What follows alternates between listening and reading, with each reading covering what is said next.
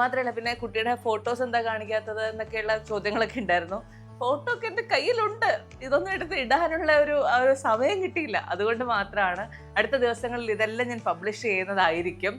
അപ്പം ഞാൻ വിചാരിച്ചു ആ ദിവസം, അതായത് സെപ്റ്റംബർ 26 ഉച്ചയ്ക്ക് 1:26 എൻ്റെ ഡെലിവറി നടന്നത്.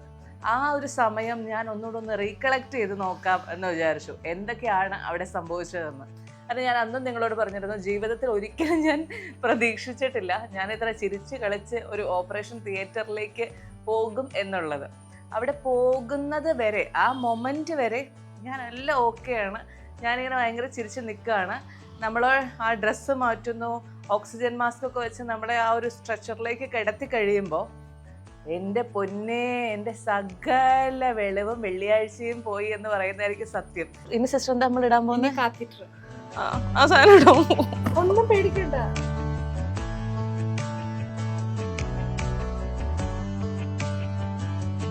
എനിക്ക് ഞാൻ ഇനി അടുത്ത റൗണ്ടിലേക്ക് കിടക്കട്ടെ. ക്യാമറ